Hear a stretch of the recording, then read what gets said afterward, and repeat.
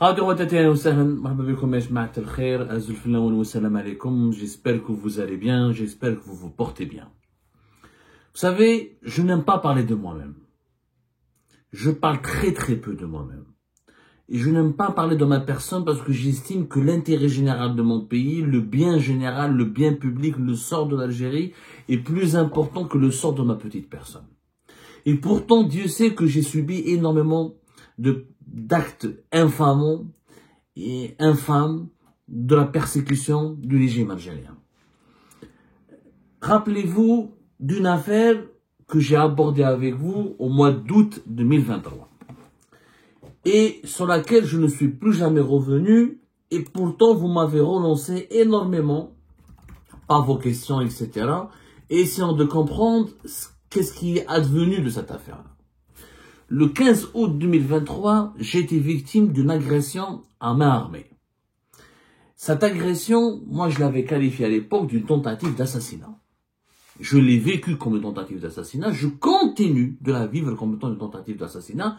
Pour une raison simple, vous vous imaginez-vous plutôt, mettez-vous à ma place, vous vous promenez dans une rue, et un homme sort d'un véhicule, il pointe vers vous un pistolet. Il vous menace. D'abord, avant de pointer le pistolet, il utilise du gaz lacrymogène. Après, j'ai été gazé à 2 reprises. Après avoir été gazé à 2 reprises, il pointe vers moi un pistolet, il me menace.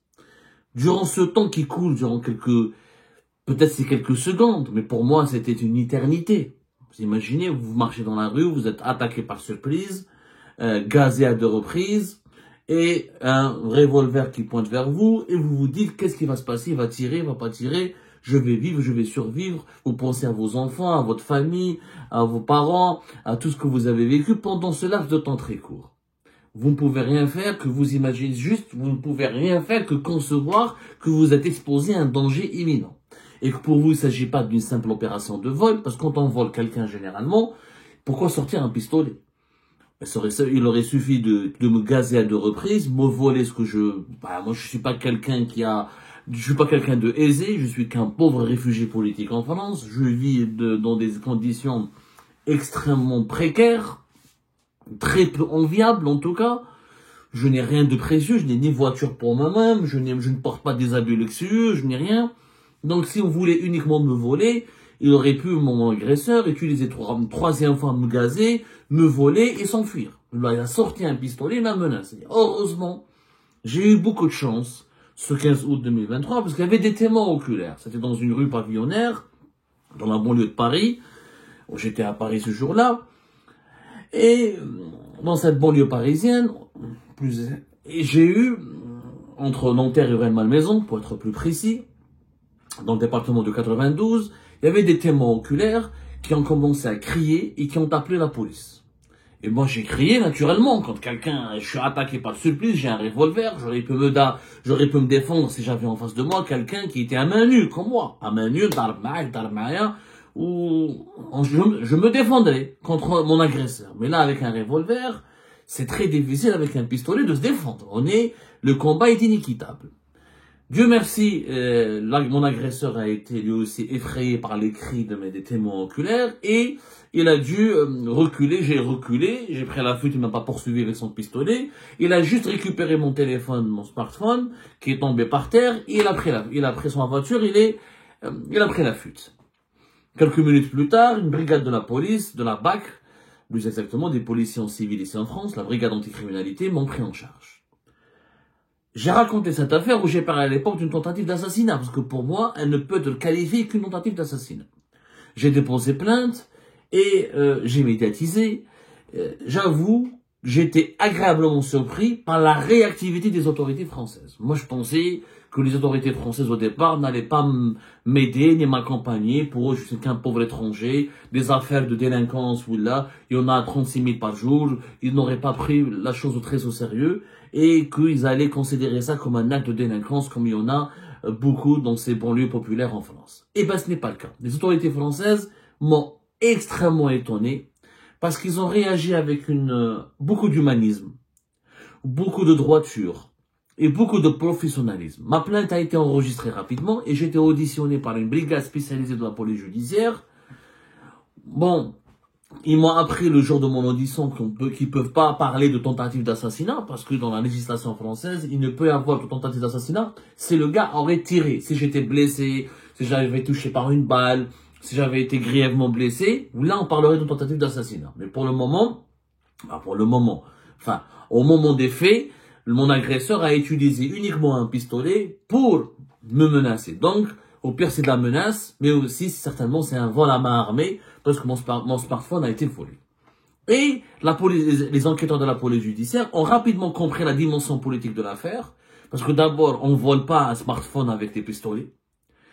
On braque des bijoutiers, même les bijouteries de luxe à Paris, on ne les braque pas avec des pistolets. Souvent, ils utilisent des armes blanches, etc. Mais quand on utilise un pistolet, et en pleine rue, en pleine journée, c'était vers 15 heures à peu près, c'est que vraiment, on a envie de s'en prendre à la personne.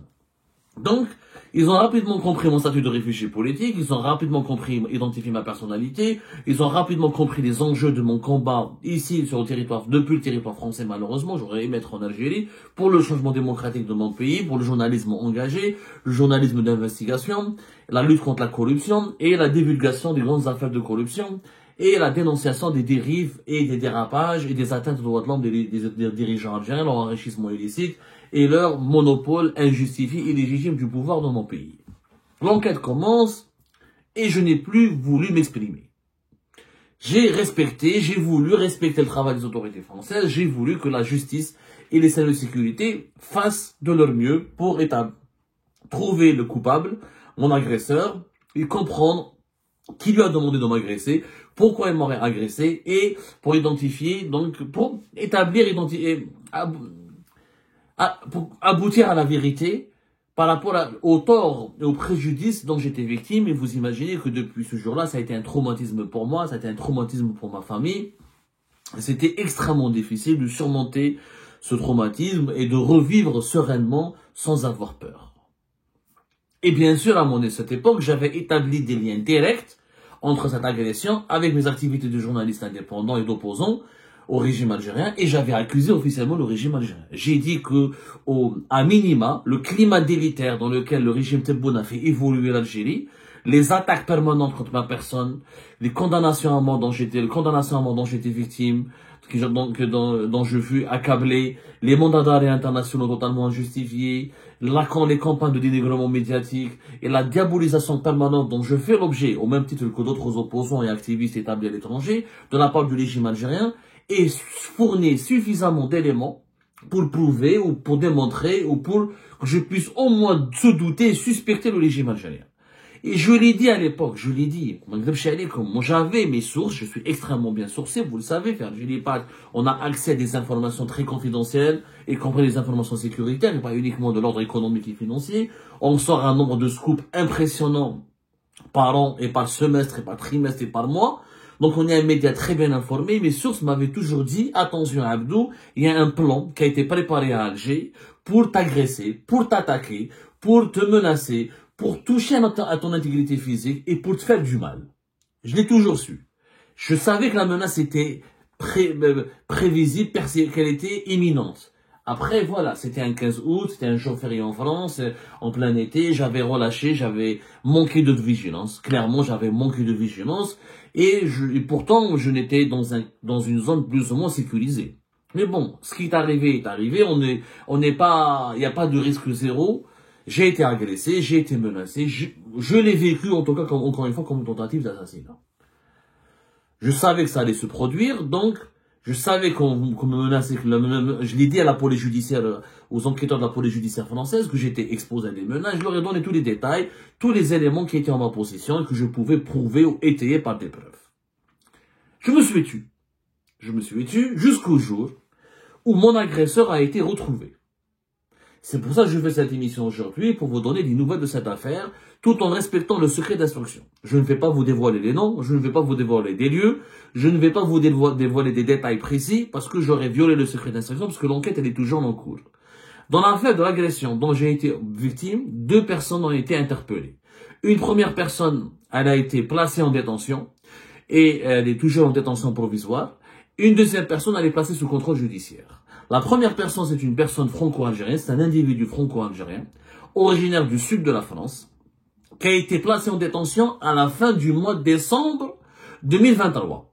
Ça fait plus d'une année. Vous allez me dire, pourquoi Abdou, tu n'as pas parlé depuis plus d'une année? Pourquoi tu as attendu une année plus tard pour nous dire qu'il a été emprisonné? La deuxième personne a été placée sous contrôle judiciaire vers le mois de février, vers le mois de fin janvier, février 2024. Je n'ai pas pu parler, je n'ai pas voulu parler parce que je voulais comprendre pourquoi il m'a agressé. Il a sorti, mon agresseur, devant les enquêteurs, a sorti une histoire abracadabresque, tout simplement une histoire débile. Même même les derniers enquêteurs, même l'inspecteur Taha, pour la série humoristique, n'aurait pas cru à ses motifs. Il a évoqué une altercation entre moi et lui. Alors qu'il n'y avait pas d'altercation, j'avais au moins 3 témoins, des témoins oculaires qui ont identifié sa plaque d'immatriculation, qui l'ont identifié, qui ont assisté à la scène et qui ont vu qu'il était en train d'utiliser un pistolet pour me menacer ou pour m'attaquer. Donc, alhamdoulilah, pour ce côté-là, j'avais des témoins oculaires, c'était en pleine journée, et les témoins ont attesté de la véracité des faits que j'ai avancés. Bon, j'ai pas voulu parler quand il vient d'être arrêté, je respecte l'enquête, il y a un temps pour l'enquête, parce que moi je me suis toujours dit que quand j'ai vu le professionnalisme de la police judiciaire française et les moyens qu'ils utilisent pour établir les faits et pour chercher la vérité, quand j'ai été auditionné par un juge du tribunal judiciaire de Nanterre qui a pris cette affaire en main, je me suis dit, ils sont professionnels, là c'est pas de la justice du téléphone, la vérité finira par être découverte, on finira par connaître la vérité finira par être dévoilée et les commanditaires de cette opération, un jour ou l'autre, on va les connaître. Cette fois-ci, j'ai décidé de parler, pourquoi? Parce que mon agresseur qui a été placé en détention, pratiquement ça fait une année, on lui a renouvelé à 2 reprises le mandat de dépôt, et avec ses avocats, il n'a pas cessé de demander d'être libéré, d'être remis en liberté. Parce qu'il estime que que ça ne justifiait pas la détention provisoire, qu'il ne m'a pas tué, qu'il n'a pas voulu m'assassiner, qu'il conteste le fait de m'avoir volé mon smartphone, il dit que personne ne l'a envoyé vers moi et que c'était juste une altercation débile. Il essaie de relativiser, bien sûr, et de manipuler. C'est normal, il essaie de se défendre.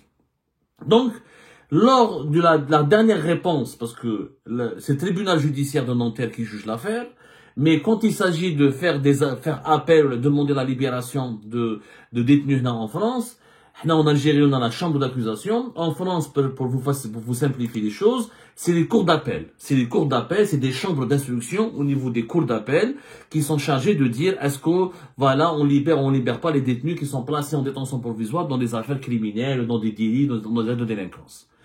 En l'occurrence, c'est la cour d'appel de Versailles qui traite mon affaire. C'est-à-dire, c'est la cour d'appel de Versailles, qui est une grande juridiction ici en France, une grande instance judiciaire ici en France, qui s'occupe du cas de l'agresseur, du cas de mon agresseur qui a voulu qui m'a agressé, qui pour moi a voulu mettre en péril mon intégrité physique, mais ça c'est, les débats, le procès n'a pas encore commencé pour reconnaître la validité de mes arguments. Pour moi, ce n'est pas un simple vol à main armée, mais on en parlera le jour du procès. En tout cas, la cour d'appel de Versailles, c'est elle qui statue, qui supervise, qui contrôle et qui étudie régulièrement les évolutions de l'instruction judiciaire et les demandes qui sont faites par la partie, moi je suis partie civile, je suis victime, et par celui qui est présumé coupable, présumé encore une fois coupable, parce qu'il n'a pas été encore dénoncé, il n'a pas été encore condamné, plutôt. Il n'a pas encore été condamné et jugé. Donc, le présumé coupable demande sa libération et la cour d'appel répond. Lors de la dernière réponse de la cour d'appel de Versailles, qui date du 24 décembre 2024, donc il y a de cela quelques jours, il y a des éléments nouveaux qui ont été découverts au cours de l'enquête. Les autorités, les services de sécurité français et les autorités judiciaires ont abouti déjà, ont réuni déjà un nombre suffisamment troublant concernant l'affaire de mon agression et des éléments qui prouvent, encore une fois, que tout a été planifié depuis l'Algérie. Tout a été planifié depuis l'Algérie. Ce n'est pas la conclusion pour le moment de la justice, attention. Ne me faites pas dire ce que je n'ai pas dit. La justice française n'a pas encore rendu de jugement. Le procès n'a pas encore eu lieu et aucune condamnation n'a été prononcée. Mais pour le moment, il y a une instruction judiciaire. Il y a une enquête qui est en cours. Il y a des auditions qui ont été accomplies. Les 2 personnes qui ont été arrêtées. La personne qui a été placée en détention a été auditionnée. Moi, j'ai été la victime, j'ai été auditionnée. Et la personne qui a été placée sous contrôle judiciaire, elle a été auditionnée. Les éléments troublants que moi et mon avocat, nous avons nous avons constaté que c'est les faits qui ont été pour le moment prouvés et démontrés et réunis par les enquêteurs des services de sécurité ici en France, notamment de la police judiciaire française, ce sont des faits qui démontrent que c'est une opération qui a été planifiée depuis l'Algérie. Pourquoi? Mon agresseur, il est originaire du sud de la France. Il est venu à plusieurs reprises pour me suivre, pour me faire une filature, pour me surveiller, pour trouver une adresse ou un lieu, le lieu où j'étais hébergé ou l'adresse où j'habitais. Il a recouru à quelqu'un qui est un ancien membre des services de sécurité en France. C'est un ancien gendarme. C'est un franco-algérien. Les deux sont des franco-algériens. Les deux personnes qui sont interpellées et mis en examen dans mon affaire, dans mon agression, c'est des franco-algériens. L'un, c'est un ancien membre des services de sécurité, un ancien gendarme, qui s'est converti, qui est devenu en quelque sorte un détective, genre de détective. C'est un consultant dans les affaires de sécurité.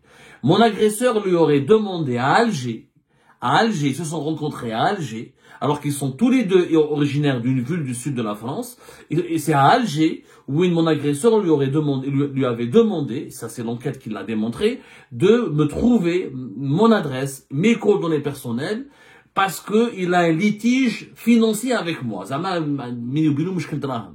Ce qui est complètement faux. Moi, j'ai réfuté cette thèse et j'avais démontré que je ne le connaissais pas. Et l'enquête a démontré effectivement qu'il n'y a jamais eu de relation personnelle entre moi et lui, dans mon agresseur. L'agresseur a demandé à cette personne ancien membre des services de sécurité, de me prouver mes coordonnées. Cette ancienne personne a me touché de l'argent. Elle a été payée pour ses déplacements vers la banlieue de Paris, où je séjournais régulièrement, ou la plus ou moins régulièrement, pour me pister, pour me surveiller, pour trouver une adresse, pour trouver une localisation précise. Ensuite, les deux personnes, mon agresseur et son complice, sont revenus vers Alger. En juin 2023. Moi, j'étais agressé le 15 août 2023. Ils étaient à Alger en juin 2023. Ils ont voyagé ensemble à Alger. Après m'avoir surveillé, pisté et suivi pendant plusieurs semaines et plusieurs mois. Une fois qu'ils auraient obtenu apparemment quelques précisions sur ma localisation géographique, ils sont revenus vers Alger. Et à Alger, ils ont parlé, je ne sais pas qu'est-ce qu'ils ont fait ensemble. Ils ont rencontré qui à Alger. Ils sont ensuite revenus au mois d'août, et c'est le 15 août où j'étais agressé. 4 jours plus tard, mon agresseur, il va à Alger. Il reste à Alger jusqu'à la fin du mois de décembre 2023. C'est quand même bizarre. Alors qu'il est franco-algérien, alors qu'il prétend être commerçant, alors qu'il prétend il détient, ça a été prouvé au cours de l'enquête, il détient des sociétés en France, il détient un commerce en France. Et pourtant, il va laisser son commerce, il va laisser son bien. Il est même marié avec des enfants, il va laisser son, il va en Algérie, à Alger. Il va rester à Alger jusqu'à la fin d'année 2023. Quand il va revenir, il sera intercepté et arrêté. S'il n'était pas revenu, les autorités des services de sécurité en France, pour la police judiciaire française, ne l'auraient jamais arrêté. Donc, il aurait pu se cacher et fuir en Algérie. Donc, l'Algérie, pour lui, c'était une fuite. C'était pour lui, non, plus qu'une fuite. C'était plus qu'un refuge, plus qu'un abri. Puisque c'est à Alger où il a demandé à trouver mon adresse et ma localisation, et des renseignements sur ma personne, et comment me retrouver. C'est à Alger qu'il était revenu à Alger en juin 2023, 2 mois avant mon agression, pour planifier peut-être, pour faire des tractations, pour attendre un feu vert, éventuellement. Moi, je pense que n'importe qui d'entre vous pourrait aboutir à la même conclusion. Et Wa'alash, il est à Alger 2 mois avant mon agression. Et quelques jours avant mon agression, il revient à Alger. Il reste à Alger jusqu'à la fin du mois de décembre. Et c'est quand il est rentré qu'il a été arrêté. Et la deuxième personne reconnaît, elle a été payée, elle a touché de l'argent pour trouver ma localisation, pour avoir des renseignements sur moi. C'est une opération. Une opération qui a été planifiée depuis l'Algérie. Mon agresseur, je ne le connais pas, il ne me connaît pas. Donc, il y a quelqu'un qui lui a commandité cette opération. Les conclusions sont logiques. Bien sûr qu'il faut maintenant des preuves, réunir des éléments matériels. C'est pour ça que je ne veux pas perturber le travail de la justice française. Mais je tenais à partager avec vous cette information pour vous donner une image de l'ampleur des pratiques criminelles que certaines officines, Maintenant, vous allez me dire, mais Abdou, ça veut pas dire que ce sont les autorités algériennes et qui l'ont payé ou là qui lui ont demandé de t'agresser pour te voler. Oui, effectivement, ça peut être un élément privé, ça peut être un acteur privé, ça peut être un opérateur privé. Mais un opérateur privé, pourquoi il aurait voulu voler mon téléphone ou mes sources? Parce que pourquoi ils ont volé ce téléphone-là? Ils ont pensé que moi je sortais avec le téléphone où il y avait mes sources. Ils ont pensé que moi j'étais idiot, je sortais avec mes téléphones, avec mes sources et tout ça. Sauf que moi j'ai plusieurs appareils, je sécurise mes données, je protège mes sources et je sors jamais avec un téléphone où il y a une grande partie de mes sources les plus confidentielles et les plus secrètes, notamment celles qui vivent en Algérie et qui sont bien introduites au sein du pouvoir algérien. Pourquoi un privé chercherait à mon téléphone? Pourquoi? J'ai l'impression quand même qu'il y a derrière cette affaire un officiel, ou une partie liée à un officiel, ou une partie liée à un organisme du régime algérien. C'est pour ça que j'ai voulu partager avec vous ces informations, parce que j'ai été totalement troublé par l'ampleur des pratiques criminelles qui peuvent être organisées depuis Alger pour être concrétisées sur le sol français. Les deux personnes se sont rencontrées à Alger en janvier 2023. Et ils reviennent à Alger en juin 2023. Et mon agresseur revient en août 2023 à Alger. Il reste à Alger jusqu'à septembre 2023. Donc il y a des éléments suffisants, il y a des indices. Ce sont des indices qui dévoilent, qui démontrent qu'il y a des relations algériennes avec cette affaire. Qu'il y a des parties algériennes qui avaient tout intérêt à ce que cette opération soit organisée. Moi, je salue le travail de la justice française. J'aurais aimé que si la justice algérienne avait un semblant de dignité, elle aurait dû coopérer avec la justice française. Même si je suis condamné à mort et je suis une personnalité détestée par les autorités algériennes, je reste un être humain et j'ai été agressé par un binational qui s'est réfugié en Algérie pendant plusieurs semaines, pendant plusieurs mois et qui aurait, semble-t-il, tout planifié ou reçu des instructions depuis Alger pour m'agresser et pour me voler mon téléphone et pour peut-être attenter à mon intégrité physique. Pourquoi la justice algérienne ne veut pas collaborer dans cette affaire? Grand point d'interrogation. Grand point d'interrogation. Et les points d'interrogation sont nombreux dans mon dossier. Je ne vais pas les aborder aujourd'hui. Parce que je respecte l'indépendance de la justice, la neutralité de la justice. Parce que je respecte surtout le professionnalisme des juges et des enquêteurs français, que je remercie profondément. Parce que ils m'ont donné de la considération, chose que mon propre pays natal ne m'a pas encore donné. Ils m'ont donné des gages de sécurité. Ça veut dire qu'ici, c'est un message à celles et ceux qui seraient tentés, depuis l'Algérie, de toucher à des opposants algériens, de toucher à des êtres humains, de toucher à des détracteurs du régime algérien. Et s'ils croient qu'ils peuvent le faire en toute impunité, ils se trompent. Wallah ijma', ils ont des moyens extrêmement forts ici en France. Moi, j'étais épaté. Comment ils ont fait cette enquête avec les moyens technologiques, avec les caméras de surveillance, les moyens dont ils disposent pour tracer les individus, pour les repérer, pour les retrouver, pour les identifier. C'est des moyens extrêmement sophistiqués, on dirait une série policière. Donc, hadou les lobbies algériens qui, depuis l'Algérie, menacent tout le temps les opposants, menacent tout le temps les activistes, les cyberactivistes et les défenseurs des droits de l'homme.